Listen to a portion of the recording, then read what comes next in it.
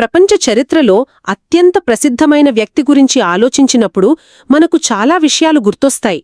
కాని ఆయన కేవలం ఒకే ఒక్క పాత్రను పోషించలేదని, ఒక పెద్ద మాస్టర్ ప్లాన్ను అమలు చేశాడని ఎవరికైనా అనిపించిందా అని నాకు సందేహం. అవును.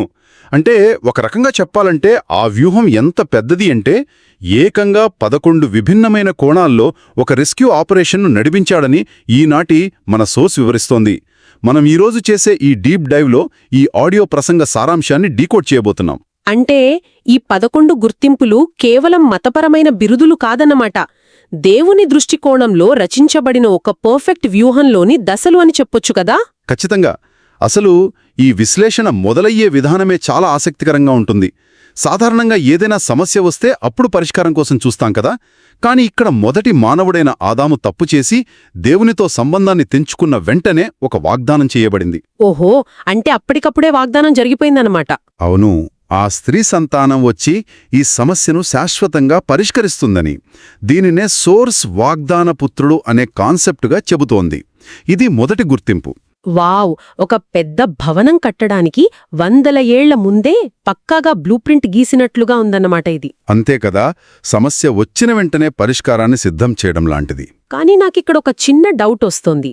అంటే వాగ్దానం చేసి వదిలేస్తే అది కాలక్రమంలో మరుగున పడిపోయే అవకాశం ఉంటుంది కదా. 1000 సంవత్సరాల తర్వాత ఎవరైనా వచ్చి ఆ వాగ్దానం నేనే అని చెబితే ఎలా కన్ఫర్మ్ చేస్తారు? అక్కడే ఈ ప్రణాళికలో రెండో అంచె వస్తోంది. సోర్స్ ప్రకారం ఆ వాగ్దానాన్ని గాలికొదిలేలేదు. 100 సంవత్సరాల పాటు భిన్నమైన కాలాల్లో ఉన్న ప్రవక్తలు ఆ రాబోయే వ్యక్తి గురించి చాలా నిర్దిష్టమైన ప్రవచనాలు చెప్పారు. అంటే ఆయన ఎక్కడ పుడతాడు, ఎలా బతుకుతాడు లాంటివన్నీ ముందే చెప్పారన్నమాట. కరెక్ట్. ఆయన జననం, జీవితం, మరణం ఇవన్నీ ముందే వాయబడ్డాయి. యేసుక్రీస్తు ఆ ప్రవచనాలన్నింటికీ ఒక సజీవ రూపంగా వచ్చాడు అని ఈ సోర్స్ వాదిస్తోంది. విడివిడిగా ఉన్న పజిల్ ముక్కలన్నీ ఒకే వ్యక్తి జీవితంలో అమరిపోయాయన్నమాట. పజిల్ ముక్కలు కలవడం అనేది ఇంట్రెస్టింగ్గా ఉంది. బ్లూ ప్రింట్ ఉంది, ప్రవచనాలున్నాయి, ఆ తర్వాత ఆయన రాకడ జరిగింది అంటారు. ఈ సోర్స్లో ఇంకో 2 పదాలు పదే పదే వినిపిస్తున్నాయి కదా, మెస్సియా మరియు అభిషక్తుడు అని. అవును. ఈ 3 మరియు 4 గుర్తింపులు చాలా కీలకమైనవి. అంటే నా ఉద్దేశ్యంలో మెస్సియా అంటే ఏదో మాయలు మంత్రాలు చేసి క్షణాల్లో లోకాన్ని మార్చేసే ఒక సూపర్ హీరో లాంటి వాడు కదా. మొదటి శతాబ్దంలో వాళ్ళసలు ఈ పదాన్ని ఎలా అర్థం చేసుకునేవాళ్ళు? ఇది చాలా మంచి ప్రశ్న. ఆ కాలంలో ప్రజలు మెస్సియా అనగానే ఒక శక్తివంతమైన రాజకీయ నాయకుణ్ణి లేదా రోమన్ సామ్రాజ్యాన్ని ఆయుధాలతో ఎదిరించే సైనికాధికారిని ఊహించుకునేవారు. ఓహో, వాళ్ళ ఎక్స్పెక్టేషన్స్ అలా ఉండేవన్నమాట. అవును. అని ఈ ప్రసంగం వివరిస్తున్న మెస్సియా కాన్సెప్ట్ పూర్తిగా భిన్నమైనది. ఆయన తండ్రి అయిన దేవుని యొద్ద నుండి పంపబడినవాడు, కాని కత్తిపట్టుకుని కాదు. ఇక అభిషక్తుడు అనే పదాన్ని తీసుకుంటే ప్రాచీన కాలంలో ఒక పవిత్రమైన పని కోసం నూనెతో అభిషేకించేవారు. అభిషక్తుడు అంటే వినడానికి చాలా అధికారికంగా ఉంది. దీన్ని ఎలా అర్థం చేసుకోవాలి అంటే ఒక స్పెషల్ రెస్క్యూ మిషన్ కోసం ఒక కమాండోని నియమించినట్లుగా భావించవచ్చా? అచ్చం అలాగే భావించవచ్చు. సాధారణ సైనికులు వేరు, అత్యవసరమైన హై రిస్క్ ఆపరేషన్ కోసం ట్రైన్ చేయబడిన కమాండో వేరు కదా. ఆయన ఈ భూమి మీదకొచ్చింది కేవలం అలా ఉండి వెళ్ళిపోవడానికి కాదు. ఒక స్పష్టమైన టార్గెటెడ్ మిషన్ కంప్లీట్ చేయడానికి వచ్చారన్నమాట. అవును. ఆ మిషన్ ఏంటంటే పాపమనే బానిసత్వం నుండి మానవాళిని రక్షించడం, ఆత్మీయమైన విముక్తిని ఇవ్వడం కోసమే దేవునిచే ఏర్పరచబడి అభిషేకించబడ్డాడు. ఆ మిషన్ ఏంటో క్లియర్గానే ఉంది, కానీ దాన్ని ఆయన ఎలా అమలు చేశాడనేది ఇంకో పెద్ద ప్రశ్న కదా. ఈ ప్రసంగంలో ఆయన్ను ఒకే సమయంలో ప్రవక్త అని, అలాగే ప్రధాన యాజకుడు అని 2 రోల్స్లో చూపించారు. అవును. ఆ 2 పాత్రలు నిజంగా ఒక నాణేనికి ఉన్న 2 ముఖాల్లాంటివి అని సోర్స్ వివరిస్తోంది. అసలు ప్రవక్తకు యాజకుడికి మధ్య వ్యత్యాసం ఏంటి ఈ థియాలజీ ప్రకారం? ఎందుకంటే మోషేలాంటి ప్రవక్త అని ఒకవైపు అంటారు కదా. ప్రవక్త అంటే సింపుల్గా చెప్పాలంటే దేవుని స్వరాన్నే ప్రజల దగ్గరకు తీసుకువెళ్లేవాడు, దేవుని తరపున ప్రజలతో మాట్లాడేవాడు. మోషే తన ప్రజలను విడిపించటానికి దేవుని మాట ఎలా వినిపించాడో ఇక్కడ కూడా అదే జరిగింది. రైట్, దేవుని మాటను తీసుకొచ్చాడు. మరి ప్రధాన యాజకుడు అంటే? ప్రధాన యాజకుడు దానికి కరెక్ట్గా ఆపోజిట్ డైరెక్షన్లో పనిచేస్తాడు. అంటే ప్రజల పక్షాన దేవుని దగ్గరకు వెళ్ళి వారిని దేవునితో సమాధానపరిచేవాడు. అంటే పీస్ మేకర్ అన్నమాట. ఇది చాలా ఆసక్తికరంగా ఉంది. ప్రవక్తగా ఆయన దేవుని మాటను ప్రజల దగ్గరకు తీసుకొస్తాడు, ప్రధాన యాజకుడిగా ప్రజలను దేవుని దగ్గరకు తీసుకువెళ్తాడు. అంటే ఇది ఒక టూ-వే కమ్యూనికేషన్ కేబుల్ లాగా, ఒక టూ-వే బ్రిడ్జ్ లాగా పనిచేస్తుందన్నమాట. ఖచ్చితంగా మనిషికి దేవునికి మధ్య ఉన్న అగాధాన్ని పూడ్చడానికి, దేవుని సంపూర్ణ పరిశుద్ధతను, మనిషి బలహీనతను బ్యాలెన్స్ చేస్తూ ఆ రెండు వైపులా వారధిగా ఈ రెండు పాత్రలు పనిచేస్తాయని ఈ విశ్లేషణ చెప్తోంది. అద్భుతంగా కనెక్ట్ అవుతోంది. సరే, ఆ బ్రిడ్జ్ కట్టేశారు, దేవునితో కనెక్షన్ ఏర్పడింది. కాని ఆ బ్రిడ్జ్ దాటడానికి మనిషిలో ఆత్మీయంగా శక్తి ఉండాలి కదా. ఇక్కడే ఈ ఆడియో ప్రసంగంలో ఇంకో విచిత్రమైన పోలిక వినిపిస్తోంది. మొదటి ఆదాము, చివరి ఆదాము అని. అవును, దేవునితో సమాధానపడిన తర్వాత మనిషికి నూతన జీవం అవసరం. మొదటి ఆదాము జీవించే ఆత్మ అయితే, ఏడో గుర్తింపైన ఈ చివరి ఆదాము అంటే యేసుక్రీస్తు జీవింపజేసే ఆత్మ అని సోర్స్ చెప్తోంది. ఇది నాకెలా అనిపిస్తోందంటే, ఒక కరప్ట్ అయిన సిస్టమ్ సాఫ్ట్వేర్ను బాగుచేయడానికొచ్చిన అల్టిమేట్ సాఫ్ట్వేర్ అప్గ్రేడ్ లాగా ఉంది. బాగా చెప్పారు, ఒక రకంగా అదే కరెక్ట్. మొదటి ఆదాము ద్వారా మానవాళి సిస్టమ్ క్రాష్ అయితే, చివరి ఆదాము దానికి కొత్త జీవాన్ని ఇన్స్టాల్ చేస్తున్నాడనమాట.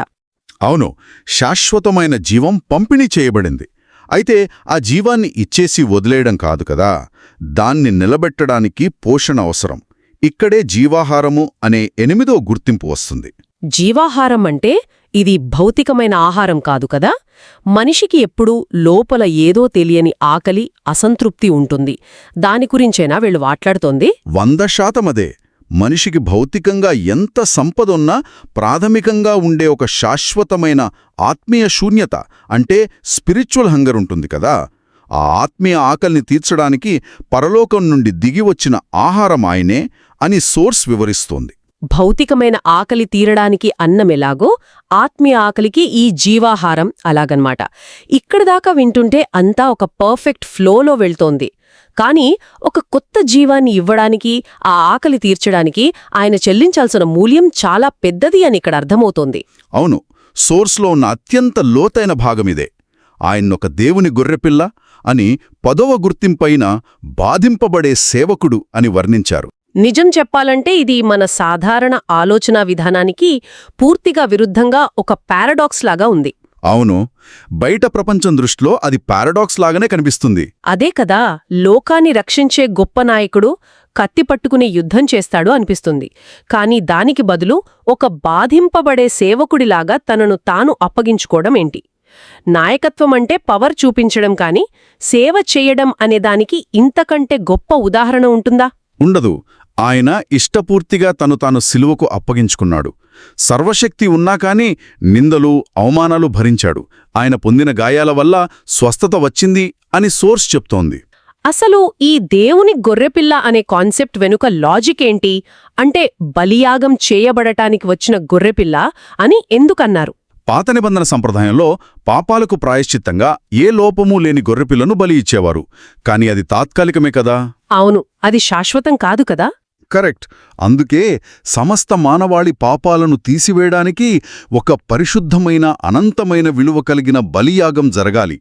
స్వచ్ఛందంగా ఆయన ఆ శ్రమలను భరించి దేవుని గొర్రెపిల్లగా బలియాగమయ్యాడని ఈ విశ్లేషణ నొక్కి చెబుతోంది. అంటే ఆ రెస్క్యూ మిషన్లో కమాండో తనను తాను శత్రువుల చేతికి ఇష్టపూర్తిగా అప్పగించుకున్నాడనమాట. ఇది చాలా గొప్ప త్యాగం. అవును, తనకున్న సర్వశక్తిని పక్కన పెట్టి త్యాగం చేశాడు. ఆ త్యాగం, ఆ శ్రమలు, బలియాగం అక్కడితో ఆగిపోలేదు. ఒకవేళ ఆగిపోతే అది కేవలం ఒక విషాదాంత కథగా మిగిలిపోయేది. కాని అదొక శాశ్వతమైన రాజ్యస్థాపనకు దారితీసింది కదా. ఖచ్చితంగా. ఆ గొర్రెపిల్ల, ఆ సేవకుడు చివరికి రాజుగా ఎలా మారాడో ఈ 11వ గుర్తింపు తెలియజేస్తోంది. అంటే చీకటిలో, మరణంలో ఉన్న ప్రజలను విడిపించిన రాజు అన్నమాట. లోకంలో రాజుల పరిపాలనకు ఈ రాజుకు చాలా వ్యత్యాసం ఉన్నట్లుంది. అవును, లోకంలో రాజులు అణిచివేస్తారు, భయంతో పరిపాలిస్తారు. కాని ఈయన దేవునికి వ్యతిరేకంగా బ్రతుకుతున్న వారిని రక్షించి, సాతాను చెర నుండి విడిపించి, శాంతి, సమాధానం, ఆనందమిచ్చి పరిపాలించడానికి వచ్చిన రాజు. ఆయన ప్రభువులకు ప్రభువు, రాజులకు రాజు అని ప్రసంగం వివరిస్తోంది. వావ్! ఒక నిస్సహాయమైన గొర్రెపిల్ల స్థాయి నుండి సర్వాధికారాలు ఉన్న రాజస్థాయికి ఈ ప్రయాణం సాగింది. ఇది అన్నిటికంటే గొప్ప ముగింపు కదా. ఒక అల్టిమేట్ హీరోస్ జర్నీ కంక్లూజన్ అని చెప్పొచ్చు. కరెక్ట్. బానిసత్వం నుండి విడిపించే విముక్తి ప్రదాతగా ఆ రాజ్యంలో ఉండే శాంతి ఆనందాల స్వభావాన్ని మనం ఇక్కడ స్పష్టంగా చూడొచ్చు. మనం మొదట్నుంచి చూసుకుంటూ వస్తే దేవుని దృష్టికోణంలో ఈ 11 గుర్తింపులు ఒక అద్భుతమైన క్రమాన్ని, అంటే ఒక గ్రాండ్ డిజైన్ అని తెలియజేస్తున్నాయి కదా. అవును. ఆదాము పాపం చేసిన క్షణంలో మొదలైన ఒక వాగ్దానం ప్రవచనాల ద్వారా బలపడి మెస్సియాగా అభిషిక్తుడిగా భూమిపైకి రావడం ఒక అద్భుతమైన ఫ్లో. అలాగే దేవునికి మనిషికి మధ్య వారధిగా, ప్రవక్తగా, యాజకుడిగా పనిచేసి చివరి ఆదాముగా ఆత్మీయ జీవాన్నిచ్చి జీవాహారంగా మారి తనను తాను బలియాగంగా అర్పించుకుని చివరకు శాశ్వత రాజుగా మారడం, ఇది నిజంగా ఒక మాస్టర్ ప్లాన్. అవును.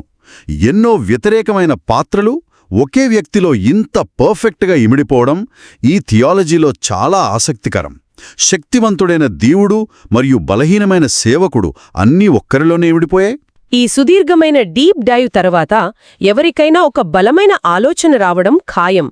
ఈ 11 గుర్తింపులను కేవలం ఒక మతపరమైన కోణంలోనే కాకుండా మానవ చరిత్రను సంపూర్ణంగా మార్చివేసిన ఒక మాస్టర్ ప్లాన్గా చూస్తే ఎలా ఉంటుంది అని. ఖచ్చితంగా ఇది చాలా ప్రాముఖ్యమైన కోణమని చెప్పొచ్చు.